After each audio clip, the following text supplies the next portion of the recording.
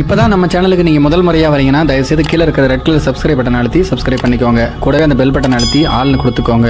அப்போ தான் நம்ம போடுற வீடியோ உங்களுக்கு தினமும் கிடைக்கும். சரி வாங்க இப்போ நம்ம வீடியோக்குள்ளே போகலாம். கடந்த 2021ஆம் ஆண்டு நடந்த சம்பவம் இது. சேலம் மாவட்டத்தில் இருக்கக்கூடிய அம்மாப்பேட்டை குண்டு பிள்ளையார் கோவில் பகுதியை சேர்ந்தவர் முருகேஷ். இவருடைய மகள் சத்யா. இந்த பெண்ணுக்கு வயது 23. அம்மாப்பேட்டை நாமமலை தெற்கு காலனியை சேர்ந்தவர் சதீஷ்குமார். சத்யாவும் சதீஷ்குமாரும் கடந்த 4 வருடத்திற்கு முன்னதாக காதலித்து திருமணம் செய்து கொண்டார்கள். இந்த தம்பதிகளுக்கு தற்போது 2 வயதில் அஸ்வின் என்கின்ற குழந்தை இருக்கிறார். சேலம் மாநகராட்சியில் கொசு ஒழிப்பு ஒப்பந்த பணியாளராக பணியாற்றி வந்த சத்யாவுடன் அம்மாப்பேட்டை சாணிக்குட்டை தெருவை சேர்ந்த ராஜேந்திரன் என்பவருடைய மகன் 27 வயதான விஷ்ணு என்பவரும் இவருடன் பணியாற்றி வந்துள்ளார். இவர்கள் 2 பேருக்கும் இடையே ஏற்பட்ட பழக்கம் பின்னாளில் கள்ளக்காதலாக மாறியுள்ளது. இதனால் இந்த கள்ளக்காதல் ஜோடி அவ்வப்போது தனிமையில் சந்தித்து உல்லாசமாகவும் இருந்து வந்துள்ளது. இந்த விஷயம் கணவர் சதீஷ்குமாருக்கு தெரிய வந்துள்ளது. இதனையடுத்து சதீஷ்குமார் தன்னுடைய மனைவியை கண்டித்து கள்ளக்காதல் பழக்கத்தை கைவிடுமாறு கேட்டுள்ளார். இந்த தகராறு தொடர்ந்து வந்த நிலைமையில் அவ்வப்போது அக்கம்பக்கத்தினர் இந்த தம்பதிகளை சமாதானம் செய்து வைத்திருக்கிறார்கள்.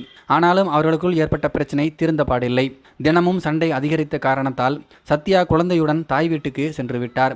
விஷ்ணுவுக்கு வேறு ஒரு பெண்ணை பார்த்து திருமணம் செய்து வைக்க அவருடைய பெற்றோரும் ஏற்பாடு செய்து கொண்டிருந்தார்கள். இந்த தகவலை அறிந்த சத்யா கள்ளக்காதலன் விஷ்ணுவிடம் சென்று, நம்முடைய தவறான பழக்கத்தால் என்னுடைய வாழ்க்கையே சீரழிந்து விட்டது.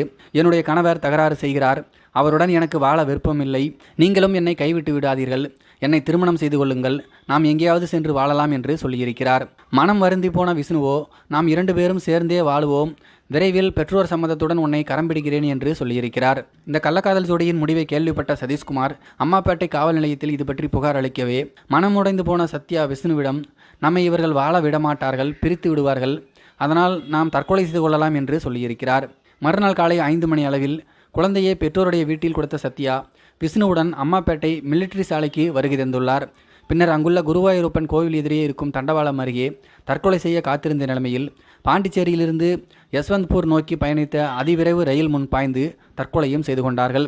இதில் விஷ்ணு உடல் சிதறி சம்பவ இடத்திலேயே பரிதாபமாக பலியானார். சத்யா தூக்கி வீசப்பட்ட நிலைமையில் தலை, கை, கால் உடைந்து உயிரிழந்தார். இதனை கண்டு அதிர்ச்சியடைந்த அந்த பகுதி பொதுமக்கள் அம்மாப்பேட்டை காவல்துறையினருக்கு தகவல் கொடுத்தனர். சம்பவ இடத்துக்கு வந்த காவல்துறையினர் ரயில்வே காவல்துறையினருக்கு தகவல் கொடுத்தனர். அவர்கள் உடலை பிரேத பரிசோதனைக்காக அனுப்பி வைத்த நிலைமையில் இருதரப்பு பெற்றோர்களையும் அழைத்து விசாரணை மேற்கொண்டனர். கள்ளக்காதல் ஜோடி ரயில் முன் பாய்ந்து தற்கொலை செய்து கொண்ட சம்பவம் அந்த பகுதியில் பெரும் அதிர்ச்சியை ஏற்படுத்தியிருந்தது. முறையற்ற காதலால் இருவர் தற்கொலை செய்து கொள்ள அந்த பெண்ணினுடைய குழந்தைதான் ஆதரவின்றி தற்போது தவித்து வருகிறது. இதை பற்றி உங்களுடைய கருத்துக்கள் என்ன அப்படிங்கிறது கீழே இருக்கிற கம்பாசில் தெரியப்படுத்துங்க. மேலும் இது போன்ற வீடியோக்களை பார்க்க நம்முடைய சேனலை சப்ஸ்கிரைப் பண்ணிக்கோங்க. நன்றி, வணக்கம்.